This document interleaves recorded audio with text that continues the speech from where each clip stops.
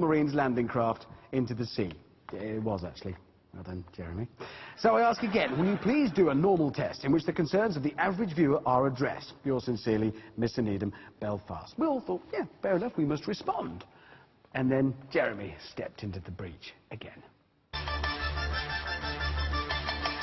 To get Mr. Needham off my back, I've actually come to the city where he lives. Belfast. And this is the car I'll be testing. Renault's sporty little Twingo 133.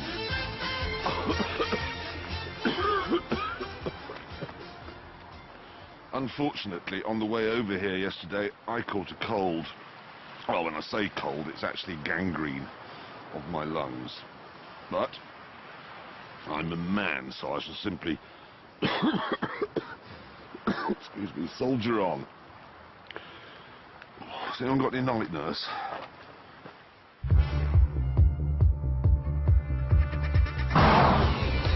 Oh, yes. I should say so. I've always loved small, hot hatchbacks, and this is one of the best. It's so nimble and agile, it's like driving a mosquito. Not literally, of course, Mr. Needham.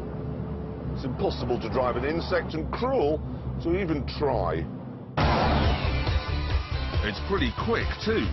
Thanks to a Revy 1.6-litre engine, it can get from 0 to 60 in 8.7 seconds and on to a top speed of 125. But is it faster than its big rival, the Fiat 500 Abarth? Tell you what, let's find out.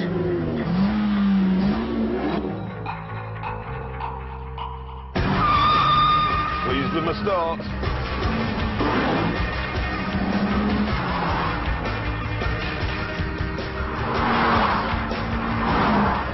No.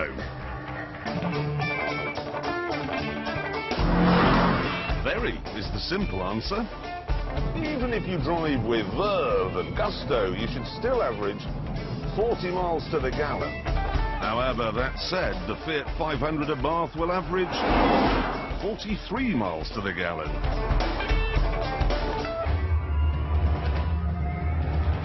Simple. The Renault is £1,000 cheaper, and you can have one now. The waiting list for an Abarth stretches into 2010. And I shall be dead by then. In fact, the way I'm feeling, I'll probably be dead by 5:30. But I'm not making a fuss, I'm just making a point. Soldiering on your behalf, Mr. Needham. No. It's red.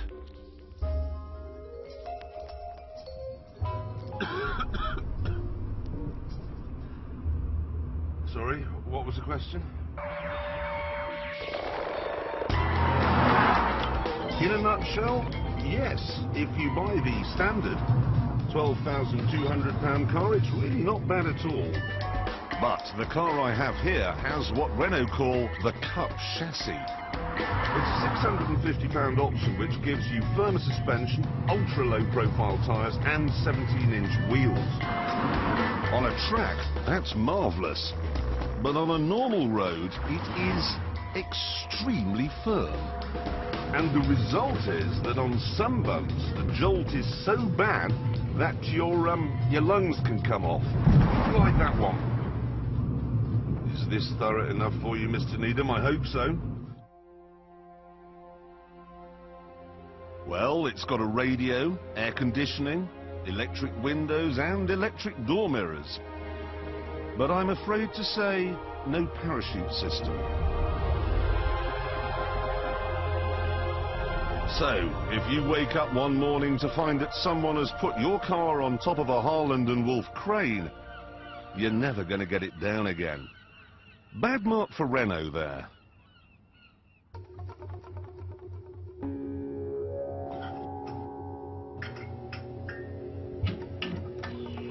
You would be amazed how often I get asked that question. So, to get an answer, I've come to the network of sewage tunnels underneath Belfast, and obviously, for the next few minutes, we've asked people in the city to cross their legs.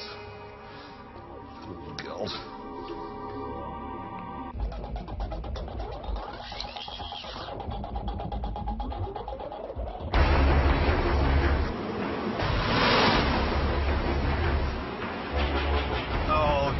Splashing. Oh, dear.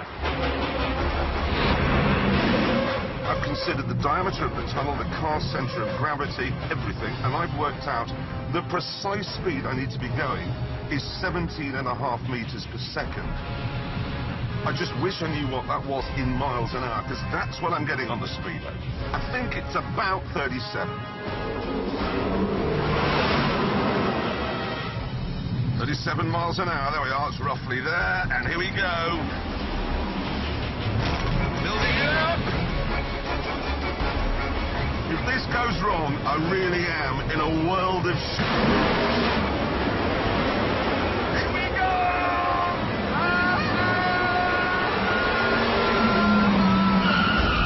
Yes! There you are, Mr. Needham. If you're looking to drive upside down through the tunnels of Belfast, Twingo 133, absolutely ideal. Obviously, it's not a very large car, but if you push those rear seats all the way back, there is enough room back there for children. And then, if you pull them all the way forwards, there is enough space in the boot for Ross Kemp. So, Ross, you okay in there?